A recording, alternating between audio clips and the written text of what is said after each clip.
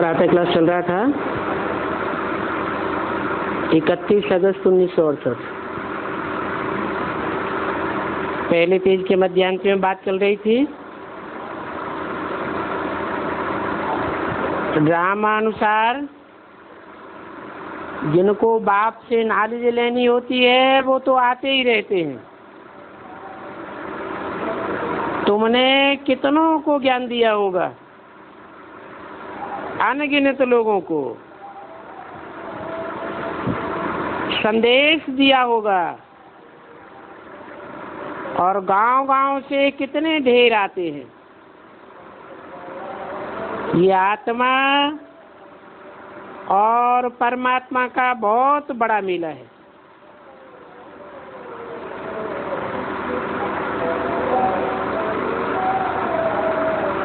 मेला माने मेल। किसका किसका मेल? आत्मा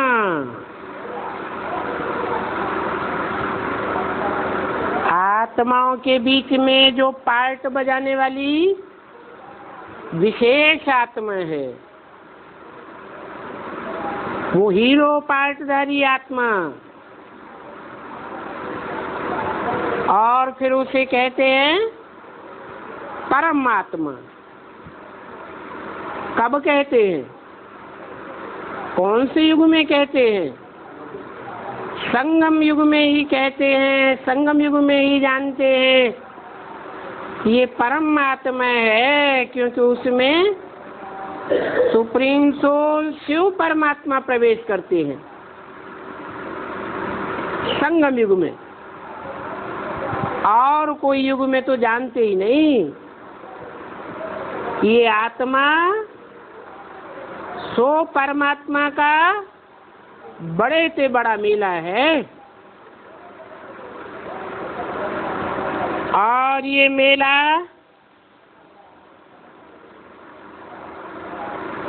आत्मा सो परमात्मा के साथ मेला दिन प्रतिदिन बड़ा ही होता जाएगा। घटने का सवाल नहीं है, बढ़ता ही जाएगा।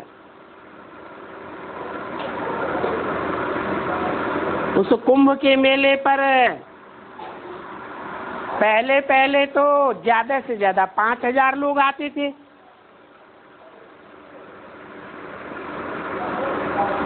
फिर 10-20 हजार आने लगे। फिर आजकल तो 7-10-20 लाख भी होते जाते हैं।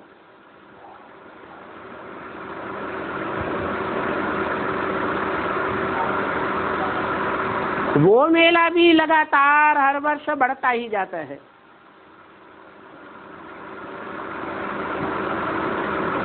वो है ब्रॉड ड्रामा का भक्ति मार्ग का मेला। और भक्ति मार्ग में जो भी होता है वो कहाँ की यादगार है? संगम युग की यादगार है। तो जैसे भक्ति मार्ग का भी मेला पहले छोटा होता है फिर बढ़ता ही जाता है, ऐसे ही ये आत्मा और परमात्मा का मेला बढ़ता ही जाएगा। अभी तुम बच्चे समझ गए हो कि ये आत्मा और परमात्मा का मेला तो एक ही बार होता है, और संगम पर ही बाप आते हैं।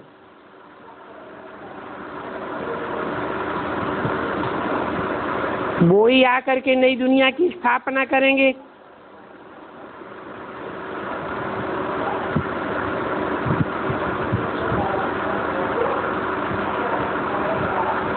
नई दुनिया की स्थापना जब करेंगे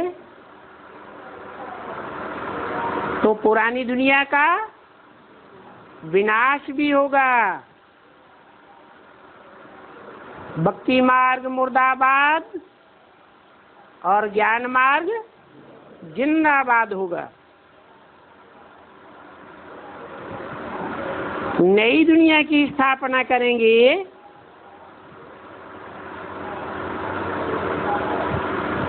तो नई दुनिया की स्थापना करने वाले की ज्योति जगाते हैं।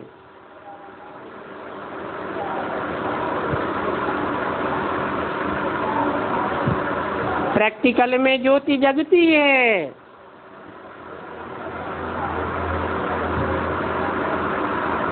ऊपर वाले की ज्योति जगने की यादगार है या नीचे वाले की ज्योति पहले जगती है?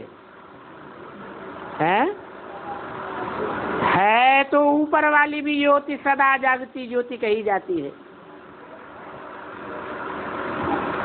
नीचे वाले जो हीरो पार्टधारी आत्मा है उसको सदा जागती ज्योति नहीं कहते हैं। जो सदा जागती ज्योति है उसको तो जगाने की दरकार ही नहीं।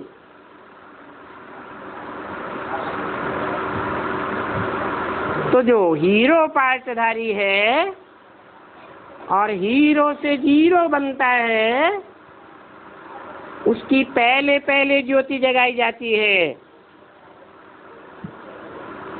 दीपावली पर कहते हैं धर्मराज का दीवा जगाओ। पहले पहले वो दीपा जलाते हैं, फिर बाद में और सब दीपक जल जाते हैं। अभी तो तुम सभी को वापस जाना है, तो इसमें बुद्धि से काम लेना होता है कि कौन पहले पहले वापस जाएगा।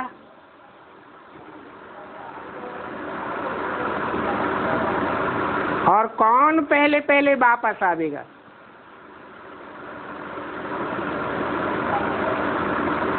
नंबरवार तो है ना। तुम्हारी बुद्धि में तो ज्ञान है, भक्ति मार्ग में तो होता है ज्ञान अंधेरा, क्योंकि वहां ज्ञान नहीं है तो घोर अंधेरा है। ज्ञान देने वाला तो एक ही बाप चाहिए, और वो बाप आते हैं संगम युग पर। वो बाप पुरानी दुनिया में नहीं मिल सकते हैं, नई दुनिया में भी नहीं मिल सकते हैं। तो नई और पुरानी दोनों दुनियाओं के संगम पर मिलते हैं। कलयुग को पुरानी दुनिया कहा जाता है। सोई पुरानी दुनिया वो चल रही है। मनुष्यों की बुद्धि में तो है कि अभी ये पुरानी दुनिया कलयुग 40,000 वर्ष पड़ा है, बिल्कुल ही घोर अंधियारे में है।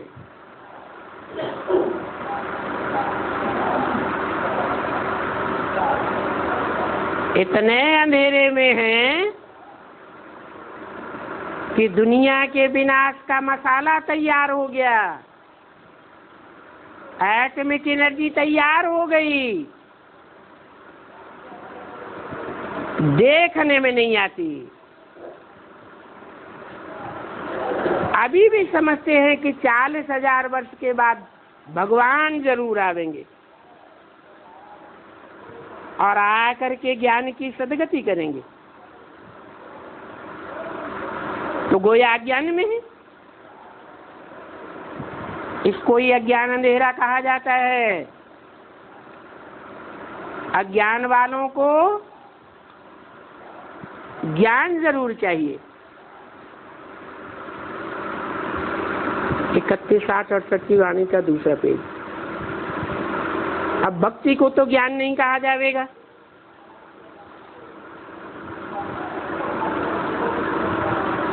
भक्ति माना ही अंधेरा। भागते रहो भागते रहो, भगवान तो मिलने वाला है नहीं।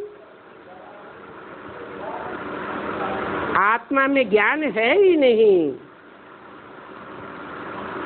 परंतु डल बुद्धि होने के कारण समझते हैं कि ये भक्ति ही ज्ञान है। कहते भी हैं ज्ञान भक्ति वैराग, फिर भक्ति और ज्ञान को एक ही समझ लेते। एक तरफ कहते हैं कि ज्ञान सूर्य आने से सोजरा हो जाएगा,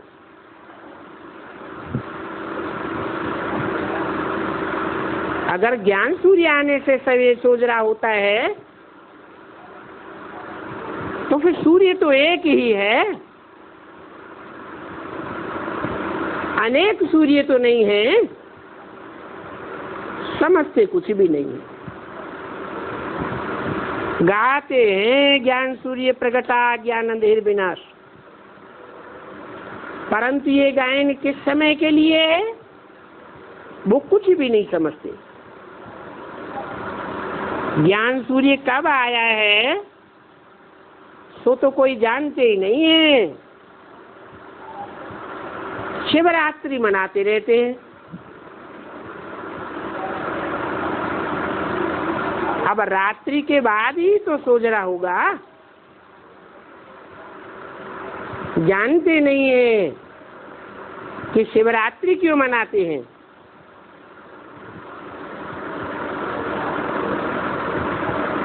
पंडित जाति कोई भी होंगे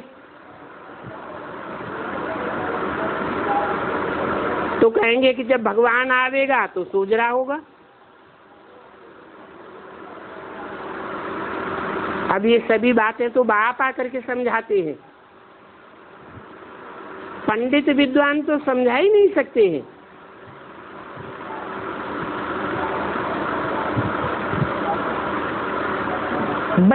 बच्चे नंबरवार समझते हैं। टीचर बैठ बच्चों को पढ़ाते हैं, परंतु पढ़ने वाले बच्चे भी एक रस तो नहीं बनेंगे ना। पढ़ाई में एक रस है, नंबर 1 कोई सब नहीं होते हैं। तुम जानते हो कि अभी हम नई दुनिया स्वर्ग में जाते हैं तो जरूर इस पुरानी दुनिया का विनाश होगा। सारी दुनिया का बेहद का बाप आया हुआ है। कहते हैं पुरानी दुनिया का विनाश सामने खड़ा है, तो अभी उस बाप से ज्ञान भी लेना है और योग भी सीखना है। जानते हैं कि याद से ही विकर्म विनाश होंगे। बाप कहते हैं कि इस संगम युग पर ही आकर इस शरीर को का लोन लेता हूं, अर्थात मैं प्रकृति का आधार लेता हूं। ये 5 तत्वों का पुतला प्रकृति का स्वरूप है ना। गीता में भी ये अक्षर है, परंतु बाबा कोई भी शास्त्र का नाम नहीं लेते हैं। है तो एक सर्वोपरि गीता, ये है ही राजयोग की पढ़ाई,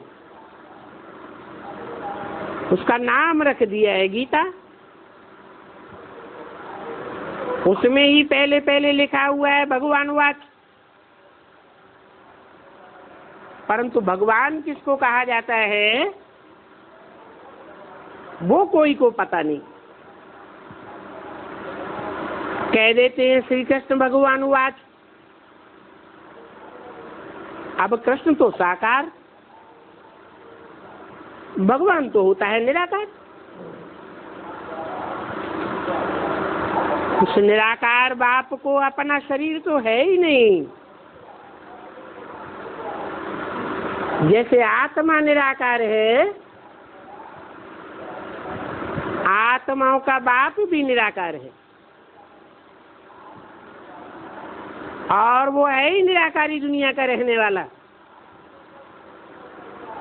जहां से हम निराकार आत्माएं आती है, परंतु हम आत्माएं निराकार दुनिया से आकर जाने का रास्ता भूल जाती है, जन्म मरण के चक्र में आती है, क्योंकि हमको संग का रंग लगता है। परंतु सुप्रीम सोल बाप को, जो आत्माओं का बाप है, सदा शिव कहा जाता है, उसको संग का रंग नहीं लगता, इसलिए वो जन्म मरण के चक्र में नहीं आता है। जब जन्म मरण के चक्र में ही नहीं आवेगा तो शारीरिक जन्म कैसे लेगा गर्भ का? इसलिए वो प्रवेश करते हैं।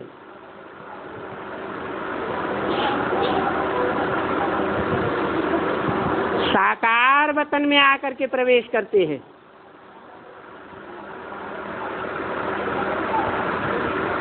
जिसके लिए दिखाया हुआ है चित्रों में कि अर्जुन का रथ लिया, शास्त्रों में लिखा हुआ भी है, शरीरम रथम विद्धि इंद्रियाणि हयान्याहु। इंद्रियों को घोड़ा कहा जाता है, शरीर को रथ कहा जाता है। ये शरीर रूपी रथ की दुनिया इस साकार वतन में ही होती है। सूक्ष्म वतन में कोई दुनिया नहीं होती है, न सूक्ष्म वतन को दुनिया कहा जाता है। ये है स्थूल साकार दुनिया,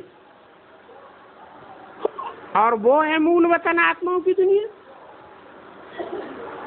बाकी खेल तो सारा यहाँ साकार में चलता है। निराकारी दुनिया में तो आत्माएं कितनी छोटी छोटी हैं।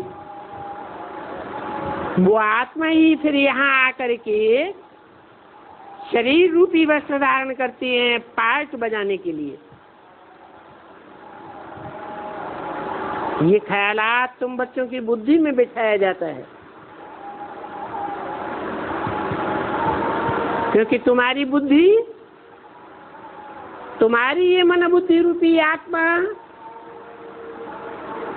आसक्ति को पकड़ लेती है। देह के सुख भोगते भोगते,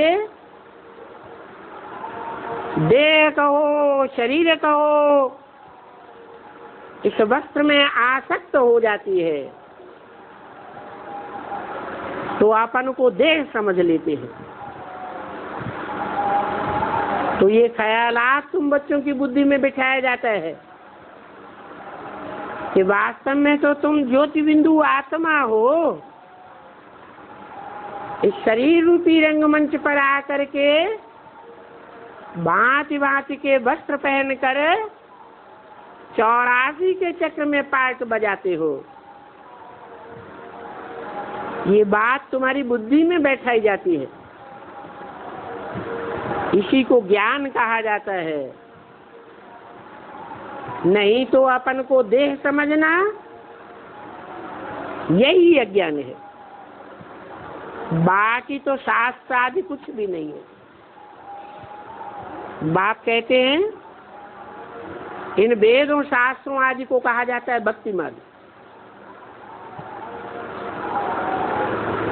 ये भक्ति मार्ग रावण से आता है, ज्ञान एक भगवान से आता है। इसलिए रावण को अनेक सिर दिखाए जाते हैं। अनेकों मनुष्यों ने शास्त्र लिखे हैं, अनेकों की मतांतर शास्त्रों में भरी हुई है। इसलिए मनुष्यों को मति भ्रम होता जाता है, बुद्धि भटकती रहती है। इसलिए इस शास्त्रीय ज्ञान को भक्ति मार्ग कहा जाता है।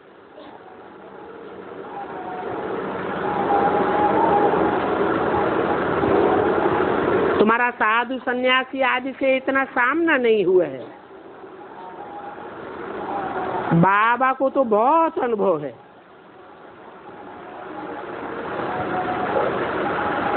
सभी साधु सन्यासियों के साथ भी इन अनुभव है। इन्होंने तो बहुत गुरु किए। उनसे पूछा जाता है आपने सन्यास क्यों किया, दरबार क्यों छोड़ा? कहते थे कि विकारों से तो बुद्धि भ्रष्ट हो जाती है, इसलिए हमने घर बार को छोड़ दिया। अच्छा, तुम जंगल में जाकर रहते हो तो घर बार की याद तो आती होगी। घर के जो भी देह के संबंधी भांति हैं, उन देहधारियों की याद नहीं आती है क्या? बोले हाँ आती है। तो देह की याद आवेगी तो देह के साथ विकार भी आवेंगे। देवान सब विकारों का बाप है। बाप देवान से ही सब विकारों की उत्पत्ति होती है। इसलिए रावण के सर के ऊपर 5 विकारों का बाप कौन दिखाया जाता है? गधा दिखाते हैं।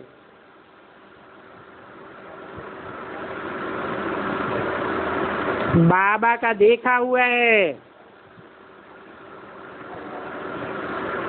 ऐसे साधु संतों में से बहुत से तो फिर वापस आ जाते हैं।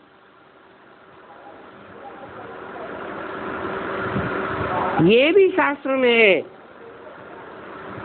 कि एक सन्यासी की स्त्री ने जाकर गुरु को रिपोर्ट की, ये हमारा पति एक भी बच्चा हमको दे करके नहीं गया, तो कुल की वृद्धि कैसे होगी? अब गीताएं तो अनेक प्रकार की लिखी हुई है। एक गीता में ये दृष्टांत भी दिया हुआ है कि स्त्री ने जाकर सन्यासी से पूछा कि हमको एक बच्चा भी नहीं दिया। वो सन्यासी स्त्री को बच्चा देने बिना भागा था, तो गुरु ने उनको वापस कर दिया। बोला जा करके एक बच्चा दे करके आओ।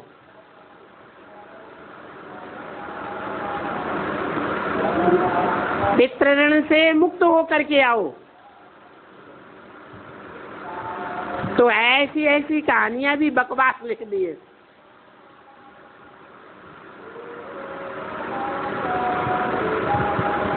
ये पास्ट की बातें हैं, ये वर्तमान संगम युग की बातें नहीं है। तो उस सन्यासी ने कहा जाओ।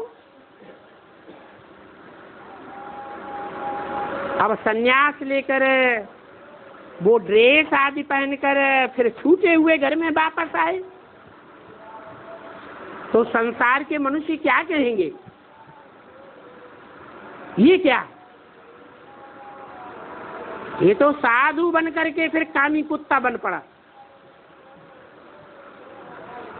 कामी कुत्ता बन करके फिर भाग करके वापस आ गया।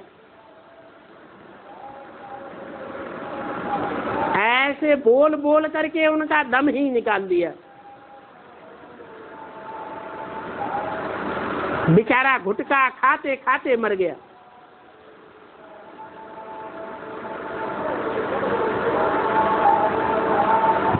कोई एक बच्चा दे करके फिर वापस भी चला गया। तो ये कहानियां लिखी हुई हैं,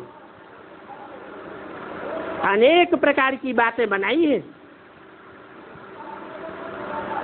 वानप्रस्थ अवस्था में जाते ही तब हैं जबकि आयु बड़ी हो जाती है।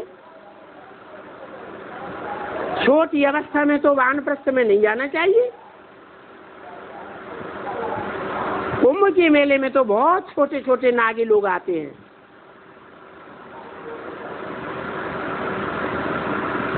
अब छोटी अवस्था में आवेंगे तो कौन सी अवस्था कहेंगे? जवानी कहेंगे? जवानी की स्टेज में गृहस्थी का त्याग किया जाता है क्या? वो तो दवाइयां आदि खा लेते हैं, उन दवाइयों से उनकी कर्मेंद्रियां ठंडी पड़ जाती हैं। तुम्हारी तो है योग बल की बात। योग बल से तुम्हारी इंद्रियां शीतल हो जाएंगी।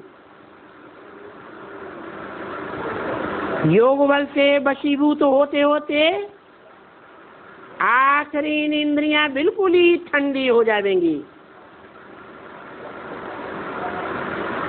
कई तो लिखते हैं, बाबा माया हमको बहुत तंग करती है, इतना तंग करती है कि हम बैटरी डिस्चार्ज करने के लिए मजबूर हो जाते हैं। हमारी बैटरी डिस्चार्ज हो जाती है। अब वहां पर तो ऐसी बातें नहीं होती हैं। हाँ, सतयुग आएगा तब आएगा, लेकिन सतयुग से पहले कर्मेंद्रियों को वशीभूत करने का अनुभव कहाँ होगा?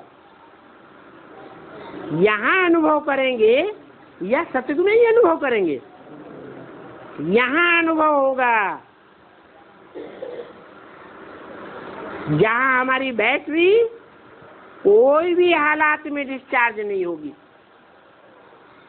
माया हमको वशीभूत कर नहीं सकेगी।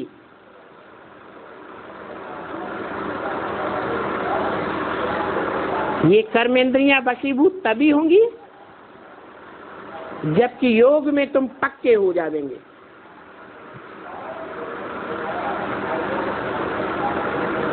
जब तुम योग में पक्के हो जाएंगे तो ये डिस्चार्ज आज होना बंद हो जाएगा। कर्मेंद्रियां बिल्कुल शांत हो जाएंगी। ये इतनी बड़ी मेहनत है, वहां पर तो ऐसा कोई भी छीछी काम नहीं होता है। बाप तुमको ऐसे सुखधाम में ले जाने के लिए आए हैं, इसके लिए तुमको लायक बनाए रहे। माया ने तो तुमको नालायक बनाया है, अर्थात मुक्ति धाम में जीवन मुक्ति धाम में रहने के लायक नहीं है। तो जिन दिनों डिस्चार्ज होता है, शक्ति क्षीण होती है, बैटरी डिस्चार्ज होती है, उन दिनों बुद्धि मुक्ति धाम की ओर नहीं जाती है। मन बुद्धि की स्टेज ऊंची जा ही नहीं सकती है। या तो नीचे जाएगी या तो ऊपर जाएगी। इसलिए बाप कहते हैं पवित्रता को धारण करो। पवित्र बुद्धि बनेगी तो ऊंची स्टेज में उड़ती रहेगी। तो बाप बैठ तुमको लायक बनाते हैं। तो ऐसा पुरुषार्थ करने के लिए जिससे तुम्हारी बुद्धि ऊंची स्टेज में जाती रहे, मुक्ति धाम में बैठी रहे, जीवन मुक्ति का अनुभव करती रहे, इसके लिए प्योरिटी है। फर्स्ट प्योरिटी है तो पीस और प्रॉस्पेरिटी है। गाते भी हैं, बाबा हम पतित बन गए, हे पतित पावन आओ, हमको पावन बनाओ। तो जरूर बाबा आया होगा। उन मनुष्य गुरुओं ने तो जन्म जन्मांतर पढ़ाई तो पढ़ाई, लेकिन कोई को पावन तो नहीं बनाया। पावन माना ही पवित्र। गायन भी है, अमृत छोड़ बिख काहे को खावे। बाप आए हैं ज्ञान अमृत पिलाने। अब ज्ञान अमृत पीते रहेंगे, पवित्र बने रहेंगे, तो विष खाने की इच्छा ही नहीं होगी। विष पीने की इच्छा तभी होती है जबकि बाप के बताए हुए रास्ते से विलग हो जाते हैं। बाप आकर के पवित्र रहने की सहज युक्तियां बताते हैं।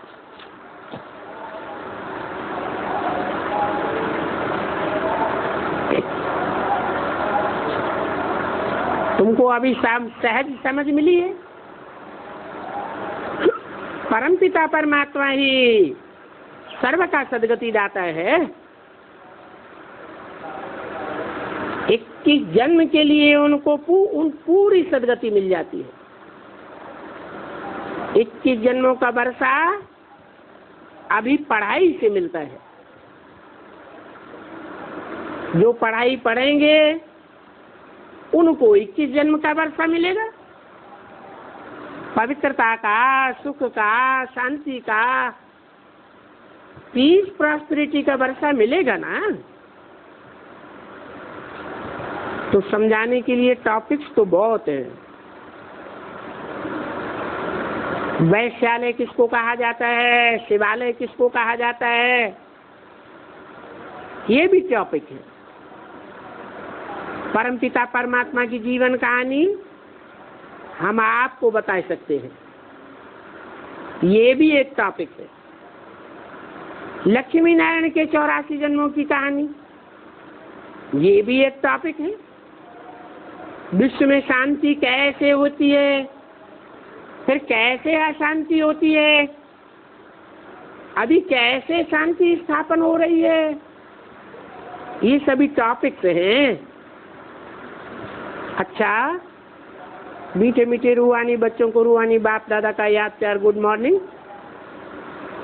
रूहानी मीठे मीठे बच्चों को रूहानी बाप का नमस्ते।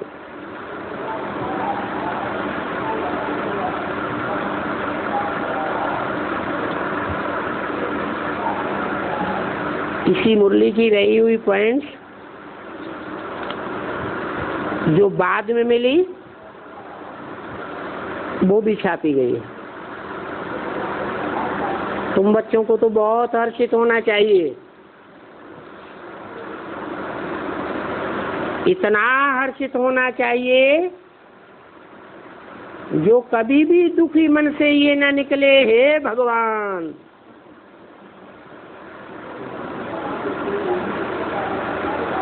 ये मौजों का संगम युग है, तो मौज ही मनानी चाहिए ना। कोई भी हालात में दुखी नहीं होना चाहिए। अगर दुख की भावनाओं में बहते रहेंगे तो दुख की शूटिंग होती रहेगी। इसलिए ज्ञान की ऐसी पराकाष्ठा चाहिए जो कभी भी मन दुखी न होवे। इन बातों में बहुत समझ चाहिए। अभी तुम ये ईश्वरीय ज्ञान सुन करके बहुत समझदार बन रहे हो। कोई कहे हे भगवान कृपा करो, तो बोलो बाप कहते हैं मैं तो सब पर कृपा करता हूँ। ऐसे नहीं कोई एक कहेगा तो उसके ऊपर कृपा करूंगा और दूसरों के ऊपर कृपा कर दूंगा। मैं तो कोई के ऊपर कृपा और अकृपा करता ही नहीं हूँ। मेरा तो धंधा है सिर्फ रास्ता बताना, बाकी कृपा आदि कुछ नहीं करता हूँ।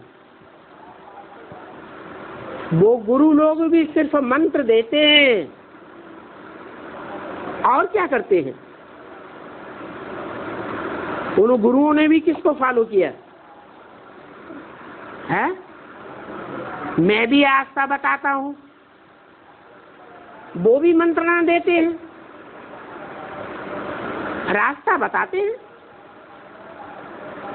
परंतु उनके रास्ता बताने से कोई फायदा नहीं होता। वो तो खुद ही रास्ता नहीं जानते। वो भी तो बीमार पड़ते हैं। मैं तो तुमको ऐसा रास्ता बताता हूँ जो 21 जन्म तक तुम कभी बीमार नहीं पड़ेंगे। कौन से 21 जन्म हैं? सतयुग के 8 जन्म और त्रेता के 12 जन्म, 20 ही तो हुए। और एक जन्म इस संगम युग में ही ऐसा होगा। ऐसी हमारी काया पलट हो जाएगी कि हम सुख ही सुख में रहेंगे, दुख में कभी भी अनुभव नहीं करेंगे।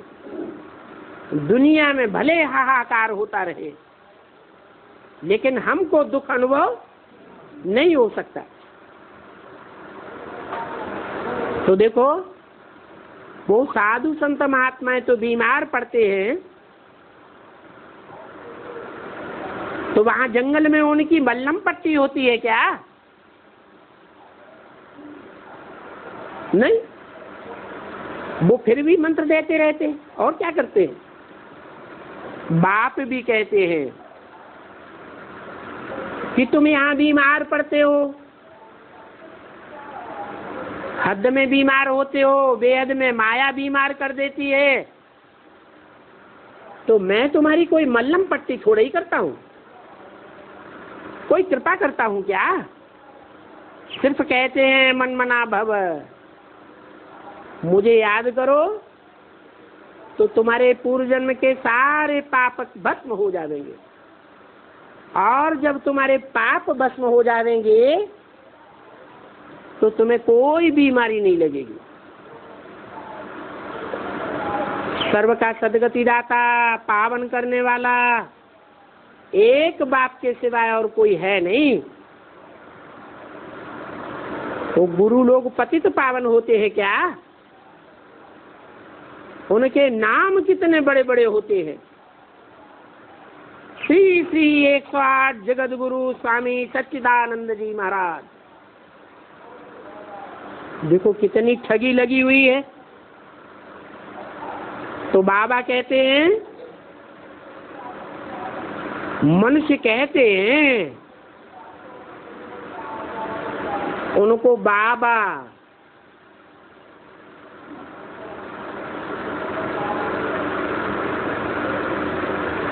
आसुरी संप्रदाय क्यों नहीं कहते? जो झूठ बोलते रहते हैं श्री श्री 108। अब सारी दुनिया जिन्हें 108 मण के रूपी आत्माओं की माला फेरती है, वो आत्माओं का संगठन इन लंबे लंबे टाइटलधारी गुरुओं ने बनाया क्या? सारी दुनिया इनको जगत गुरु मानती है क्या? जगत गुरु का टाइटल रखवा लेते हैं।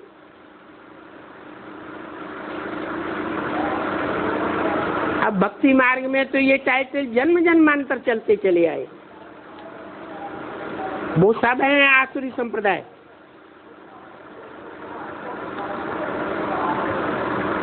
अभी तुम बनते हो दैवी संप्रदाय। तो ये बातें समझाना कितना सहज है। अभी अपने दिल से पूछो कि बाबा राइट बात सुनाते हैं या वो गुरु लोग राइट बात बताते हैं। तो जो राइट बनाते हैं वो फिर अनराइटियस कैसे बनावेंगे? मनुष्य फिर कह देते हैं सुख दुख भगवान ही देता है। अरे भगवान दुख देवेंगे क्या? अगर भगवान भी दुख देते हैं तो सारी दुनिया भगवान को क्यों याद करती है? कोई को बच्चे मर जाते हैं तो भगवान को डरो पा देते हैं। हमारा बच्चा क्यों ले लिया? अब है कहाँ की बात है? संगमित की कैसे? अरे बीके में बेसिक नॉलेज में उन तथाकथित ब्राह्मणों को कितने बेहद के बच्चे पैदा होते हैं, ढेर के ढेर बच्चे पैदा होते रहते हैं। फिर एडवांस पार्टी निकलती है तो मरते हैं कि नहीं मरते हैं? मरते हैं। तो फिर अंदर से गाली किसको देते हैं? भगवान को ही गाली देते हैं कि भगवान ही बच्चे देता है, भगवान ही मार लेता है, भगवान ही सुख दुख देता है। अब वास्तव में ये भगवान का काम है क्या? बाप कहते हैं मैं काट किसको दुख नहीं देता हूं, न संगम युग में किसी को दुख देता हूं, न सतयुग त्रेता सुखदाम में किसी को दुख देता हूं, और न द्वापर कलयुग में कोई को दुख देता हूं। मैं तो सदैव ही अपार सुख देने वाला हूं। दुख माया देती है। मनुष्य कितने मूर्ख बन पड़े हैं। अभी ये बेहद का मूर्खपना बाप सिद्ध करके बतलाते हैं। तुम जानते हो आगे चल के ढेर अर्थ के एक होते रहेंगे। अलग अलग शहरों में अर्थ के एक होते रहेंगे, बॉम्ब्स फटते रहेंगे, शहर के शहर बर्बाद होते रहेंगे।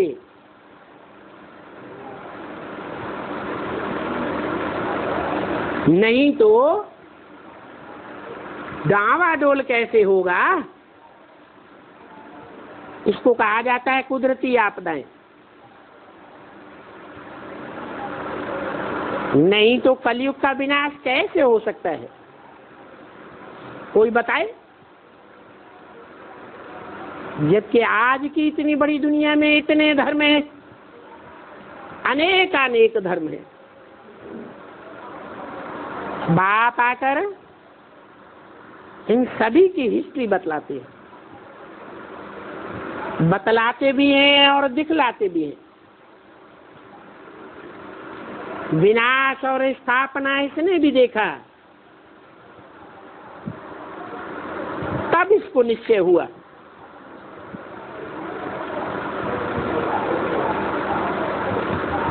सभी कहते थे इनको बैठे बैठाए क्या हो गया। उस समय बाबा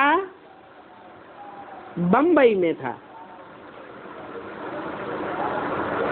बबूलनाथ के मंदिर के सामने आकर के उतरा था।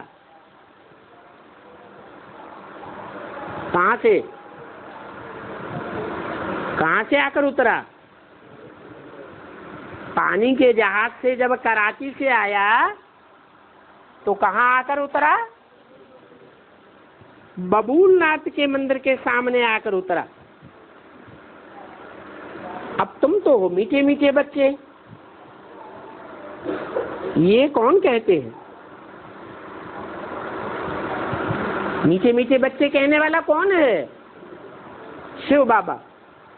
और बबूलनाथ किसने कहा है? बबूल में तो बड़े बड़े कांटे होते हैं और कांटे तो दुखदाई होते हैं। जब कांटे ही दुखदाई होते हैं तो जो कांटों का नाथ होगा, कंट्रोलर होगा, कांटों का राजा होगा, वो कितना दुखदाई होगा। उनका नाम दे दिया है बबूलनाथ, वेद का बाप जो स्वर्ग का रचयिता है। उनको दुखदाता समझ लेते हैं।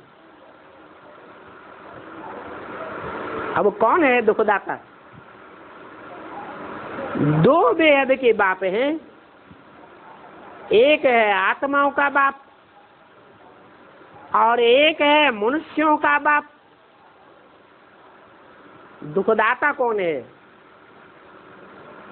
कौन दुखदाता हो सकता है और कौन सदा का सुखदाता है?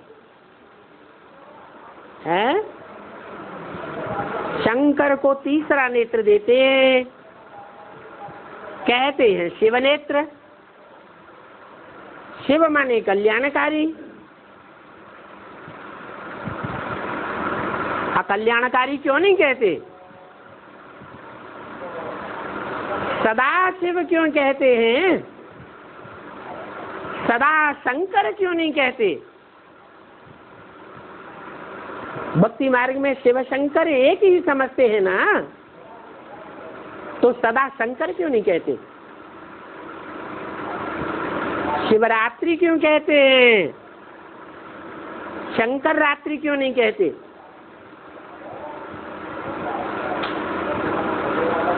अरे ये प्रश्न तो है ना, भक्तों के सामने इन प्रश्नों का समाधान करना चाहिए। नाम दो हैं, नाम के अर्थ दो हैं, तो काम भी तो दो होंगे ना।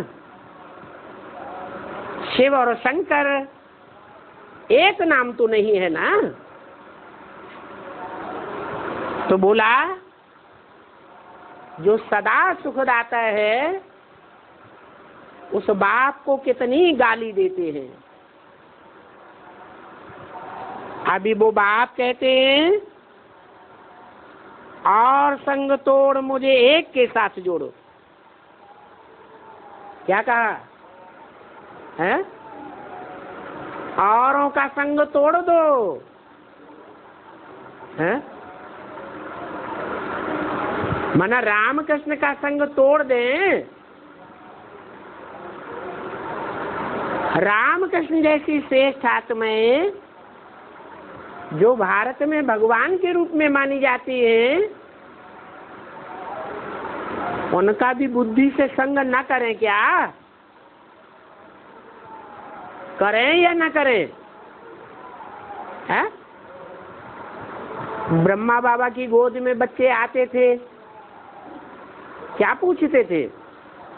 बच्चे किसकी गोद में आए हो?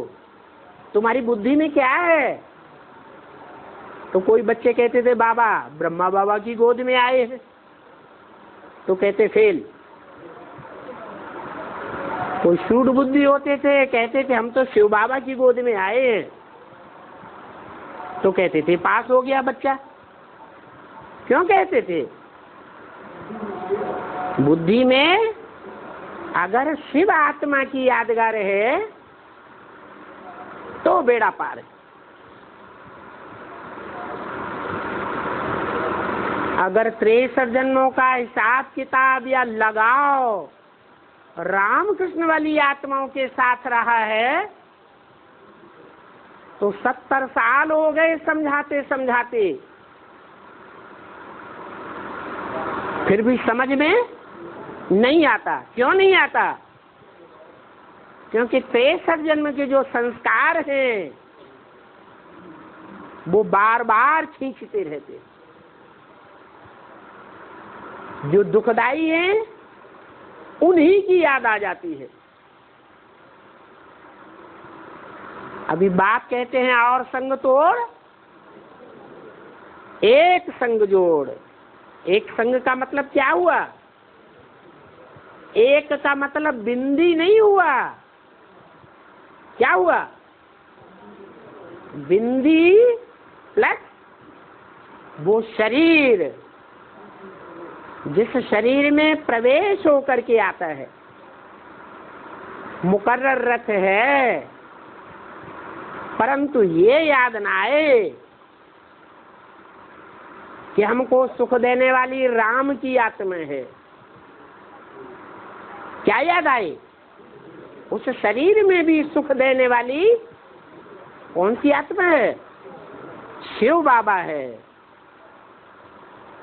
इसलिए कहते हैं और संग तोड़ एक संग जोड़, मैं भल तुम सभी को देखता हूं।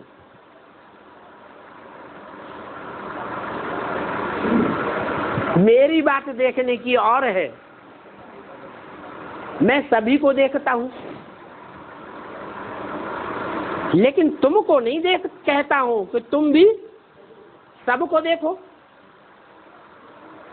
मैं सभी के साथ संबंध जोड़ता हूं, कहता हूं कि तुम सब बच्चों का मुझे एक के साथ संबंध है और तुम्हारे सर्व संबंध मुझे एक के साथ है, परंतु तुमको तो ऐसा नहीं कहता हूं। कारण क्या है?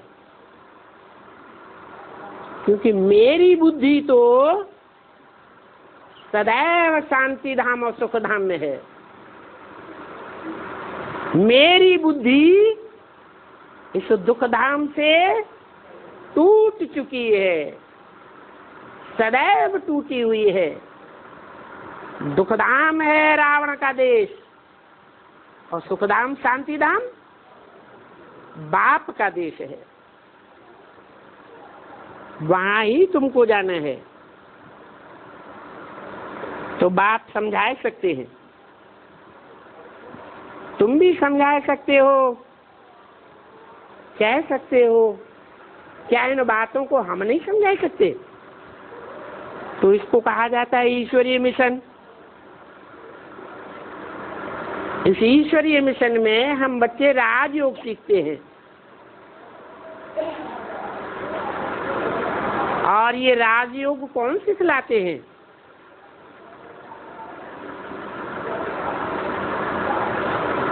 कोई देहधारी नहीं सिखलाता। सिखलाने वाला एक ही बाप है जो कहते हैं कि भगवान वाच है काम महाशत्रु। इस काम महाशत्रु पर जीत पाने से तुम जगत जीत बन जाओगे। जितना जितना परसेंटेज में तुम काम को जीतेंगे, उतना परसेंटेज में तुम जगत जीत बनेंगे। और जगत जीत बनना, इसको ही राजयोग कहा जाता है। ये विकारी दुनिया है। सारी दुनिया के लोग विकार में जाना सिखाते हैं। क्या कहते हैं इसको? विकार। वे माने विपरीत, कार माने कार्य। तुमको विपरीत कर्म करना सिखलाते हैं। मैं निर्विकारी दुनिया बनाता हूं। तो ऐसी निर्विकारी दुनिया में जाने वाला तुमको देवता बनना है, नर से श्री नारायण बनना है। नारायण कहा ही जाता है।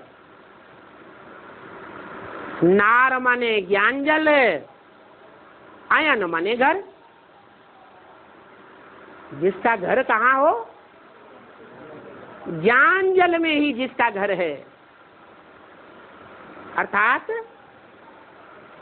तुम इस पुरानी दुनिया को, पुरानी दुनिया के कार्यों को, पुरानी दुनिया के धंधों को, पुरानी दुनिया के खान पान को, पहनावे उड़ावे को, मकान दुकान को भूल जाओ। सारी दुनिया को भूल जाओ इस पुरानी दुनिया में अज्ञान ही अज्ञान है। मैं जो तुमको ज्ञान देता हूं, इस ज्ञान की दुनिया में सुखधाम और शांति धाम का ज्ञान है। अगर पुरानी दुनिया का ज्ञान है भी, तो पुरानी दुनिया का भस्म करने का ज्ञान तुमको देता हूं। इस ज्ञान से पुरानी दुनिया भस्म हो जाएगी, नई दुनिया तैयार हो जाएगी, परंतु बीच में तुमको शांति धाम जाना पड़े। इस पुरानी दुनिया से बुद्धि को मुक्त करना पड़े। नारायण बनने के लिए तुमको नॉलेज मिलती है। अभी तुम जानते हो, हम ऐसे नारायण बनाने वाले बाबा के पास बैठे हैं, तो बाप कहते हैं मुझे याद करो। इसके लिए फिर बैठ पढ़ाते हैं। पढ़ाने के लिए कितनी मेहनत है, कितने चित्र आदि बनाते हैं। पढ़ाने के लिए जड़ चित्र भी बनाते हैं, और नंबरवार चैतन्य चित्र भी बनाते हैं। प्रजा तो बहुत बन जाती है, बाकी राजाएं महाराजाएं थोड़े बनते हैं।